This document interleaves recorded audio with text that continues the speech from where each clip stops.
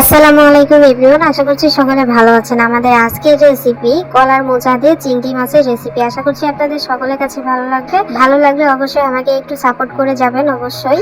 আর এই কলার মোচাতে কিন্তু বিভিন্ন ধরনের পুষ্টি উপাদান থাকে, যেমন প্রোটিন, ফ্যাট, তারপর আয়রন, তারপর vitamin C, vitamin E, vitamin A, বিভিন্ন ধরনের কিন্তু পুষ্টি উপাদান থাকে কলার মোচাতে। তো অবশ্যই আপনারা কিন্তু বাড়িতে অবশ্যই ট্রাই করে খাবেন। যারা খান না তারাও কিন্তু খাবেন। কলার মোচা খেলে কিন্তু স্বাস্থ্যের জন্য খুবই উপকারী একটা খাবার, স্বাস্থ্যের জন্য ভালো হবে আর কি। তো চলুন দেখে এসে আমি কলার মোচা কিভাবে চিংড়ি মাছ দিয়ে রান্না করব। তো তার জন্য আমি খুব সুন্দর করে কলার মোচাগুলো আমি পরিষ্কার করে নিয়েছি। ভিতরে যে শক্ত একটা ডালের মতো থাকে ওইটাকে পরিষ্কার করে নিতে হবে প্রত্যেকটা মোচার গায়ে থেকে। তো আমি খুব সুন্দর করে ধুয়ে পরিষ্কার করে নিয়েছি। তারপরে আমি কিছু পেঁয়াজ কুচি আর হলো বেশ কয়েকটা কাঁচামরিচ, অর্থাৎ পরিমাণ মতো আমি কিছু কাঁচামরিচ দিয়ে 1 চামচ লবণ আর 1/2 চামচ হলুদ গুঁড়া দিয়ে আমি সিদ্ধ করে নিব। আচ্ছা, সাথে কিছু পানিও দিয়েছি সিদ্ধ করার জন্য। যতটুকু মোচা আছে তার হাফ আমি ওই পানি দিয়েছি সিদ্ধ করার জন্য। আর কলার মোচা কিন্তু সিদ্ধ হয়ে অল্প হয়ে যাবে আর কি, শুকিয়ে যাবে। কলা মোচাটা যখন সিদ্ধ হয়ে যাবে তারপর আমি অফ ক্যামেরায় শিলপাটায় বেটে নিব। তো আমি অফ ক্যামেরায় শিলপাটা বেটে নিয়েছি। এখন চলে এসেছি চুলায় রান্না করার জন্য। তার জন্য একটা ফ্রাই প্যান বসিয়ে দিয়েছি চুলার উপর। ফ্রাই প্যানটা গরম হয়ে গেলে বেশ কিছুটা তেল আমি দিয়ে দিলাম। তেল দেওয়ার পর এখানে কিছু দিয়ে দিচ্ছি পেঁয়াজ কুচি, কিছু রসুন কুচি আর হলো 2টো শুকনো মরিচ আমি মাঝখান থেকে কেটে এখানে দিয়ে দিলাম। আর দিয়ে আমি একটু অনবরত নেড়েচেড়ে ভেজে নিব পেঁয়াজ, মরিচ আর হলো রসুনটা। একটু যখন ভাজা হয়ে যাবে তখন আমি এখানে দিয়ে দিব গোটা জিরা দেওয়ার পর আবারও কিছুক্ষণ ভেজে নিব।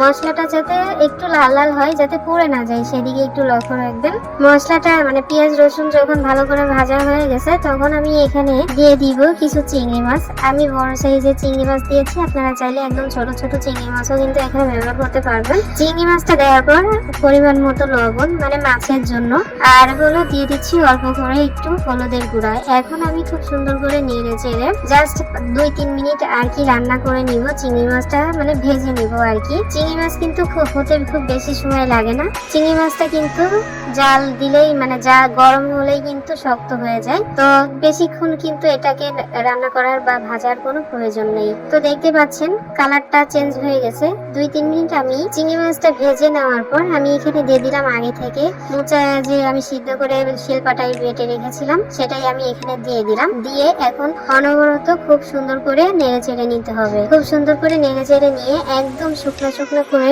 ফেলতে হবে। একদম শুকনো শুকনো কিন্তু ভালো লাগে, পানি পানি থাকলে কিন্তু হবে না। যারা আপনারা বাড়িতে বানাতে পারেন না, মানে কলার মোচা চিংড়ি মাছ দিয়ে কিভাবে রান্না করতে হয় জানেন না, পারেন না, অথবা খান না ভয়ে যে হাতে আঠা লেগে যাবে মোচা পরিষ্কার করতে গেলে, তো একটু কষ্ট তো করতেই হবে খেতে গেলে, তাই না? অবশ্যই একটু কষ্ট করে আপনারা রান্না করে খাবেন, দেখবেন যে অনেক মজা, অনেক উপকারী, স্বাস্থ্যের জন্য কিন্তু খুব ভালো একটা খাবার এটা। তো দেখতে পাচ্ছেন আমি কিন্তু বেশ কিছুক্ষণ আমি একটা অনবরত নেড়ে চেড়ে আর কি রান্না করে নিয়েছি। আর আমার কলার মোচাতে কিন্তু কোনো ধরনের কোনো পানি ভাব নাই। দেখতে পাচ্ছেন একদম শুকনো শুকনো হয়ে গেছে।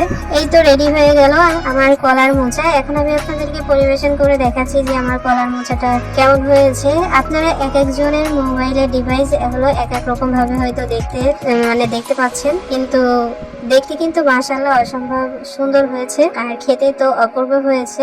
আপনারা বাড়িতে অবশ্যই ট্রাই করে দেখবেন যে আসলে কেমন লাগে। আপনারা যদি চিংড়ি মাছ না থাকে আপনাদের হাতের কাছে তাহলে চিংড়ি মাছটা স্কিপ করে দিতে পারেন, শুধু কলার মোচা এভাবে রান্না করে কিন্তু খেতে পারেন।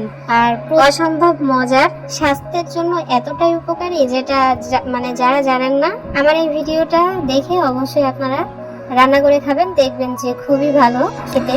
তো ফাইনালি আমার এই ছোট একটা ভিডিও আজকের মতো এতটুকুই। সবাই অনেক ভালো থাকবেন, সুস্থ থাকবেন। আমার পরবর্তী ভিডিও দেখার আমন্ত্রণ জানিয়ে আজ এখানে বিদায় নিচ্ছি।